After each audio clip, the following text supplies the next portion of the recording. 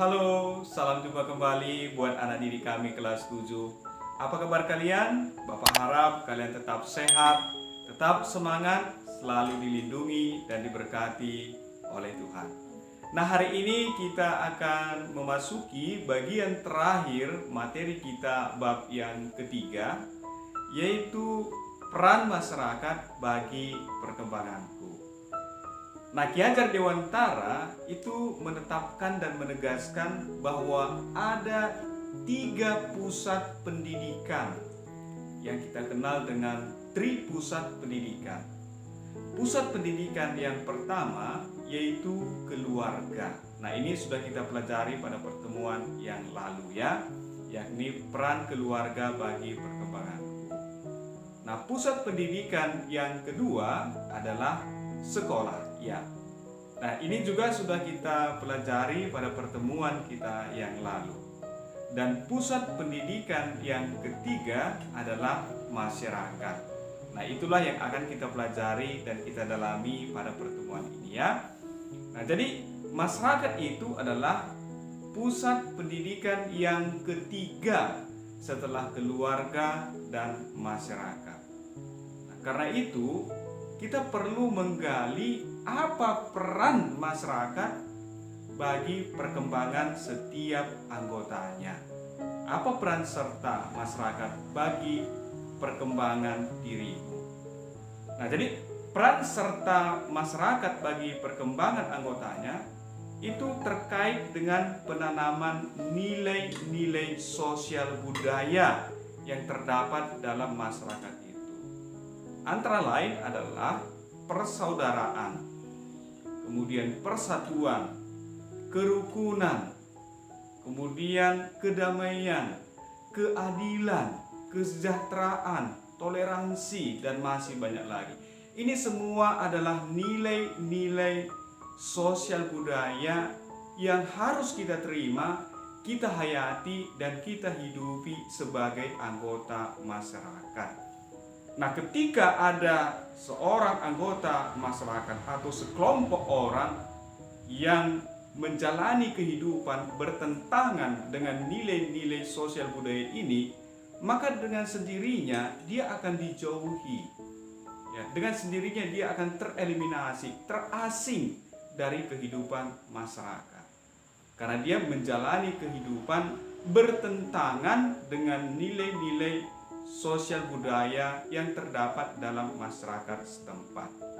Nah, jadi peran masyarakat bagi perkembangan kita itu adalah penanaman nilai-nilai sosial budaya yang sudah kita sebutkan itu tadi ya. Nah, dalam dokumen gereja Gaudium et Spes artikel ke-25 dikatakan bahwa pertumbuhan pribadi manusia, pertumbuhan pribadi seseorang, dan perkembangan masyarakat sendiri itu saling tergantung ya, saling mempengaruhi. Jadi kualitas masyarakat itu sangat menentukan perkembangan dan pertumbuhan pribadi kita. Jadi orang yang hidup dalam suatu masyarakat di mana nilai-nilai universal, nilai-nilai agama, dan nilai-nilai budaya itu diabaikan, maka pertumbuhan dan perkembangan kita juga akan terhambat. Kita tidak dapat bertumbuh dan berkembang dengan baik. Tetapi ketika seseorang bertumbuh, berkembang atau hidup di sebuah masyarakat di mana nilai-nilai universal, nilai-nilai kemanusiaan, nilai-nilai agama, dan nilai-nilai sosial budaya dihayati secara bersama-sama, dihidupi secara bersama-sama, ini kaya dan subur nilai-nilai itu di dalamnya, maka perkembangan kita juga akan berjalan dengan baik. Kita dapat bertumbuh dan berkembang dengan baik ya. Jadi betapa besarnya, kalian bisa melihat betapa besarnya peran dan pengaruh masyarakat bagi perkembangan kita sebagai anggotanya. Nah, tetapi bukan hanya peran masyarakat begitu penting terhadap diri kita, tetapi kita juga berkontribusi terhadap masyarakat tempat kita hidup dan tinggal. Ya, jadi ketika kita menerima peran masyarakat, kita juga menyumbang sebenarnya kepada masyarakat itu. Apakah kehadiran kita itu membuat nilai-nilai sosial budaya, nilai-nilai kemanusiaan dan nilai-nilai agama dan nilai-nilai baik yang terdapat dalam masyarakat itu tetap terjaga, terpelihara. Jadi kehadiran kita itu, kalau dalam bahasa religiusnya, apakah kehadiran kita itu menjadi berkat dalam kehidupan bermasyarakat. Jadi bisa kita lihat ya, bisa kalian lihat bagaimana keduanya itu saling mempengaruhi. Bagaimana masyarakat itu mempengaruhi perkembangan pribadi kita, dan bagaimana perkembangan masyarakat itu sangat kita pengaruhi juga. Jadi saling mempengaruhi satu sama lain. Nah, anak didik kami kelas 7, tentu kamu hidup di sebuah masyarakat yang tentunya majemuk ya. Baik dari segi agama, pastinya kamu tinggal di sebuah masyarakat yang multi religius dan bahkan juga multi etnis, multi budaya, beragam suku ada di wilayah tempat tinggal kamu. Nah, kemajemukan ini bisa menjadi berkat ketika kita melihat kemajemukan dalam masyarakat itu sebagai suatu kekayaan yang harus kita jaga dan kita pelihara bersama. Tetapi bisa juga menjadi masalah, menjadi bencana ketika itu kita gunakan untuk mempersoalkan, menyerang, menuding satu sama lain, melihat sisi buruk dari orang lain. Jadi akan timbul kekacauan. Maka tadi nilai-nilai sosial budaya itu harus kita hayati dalam diri, terutama dalam bentuk toleransi, persatuan dan persaudaraan.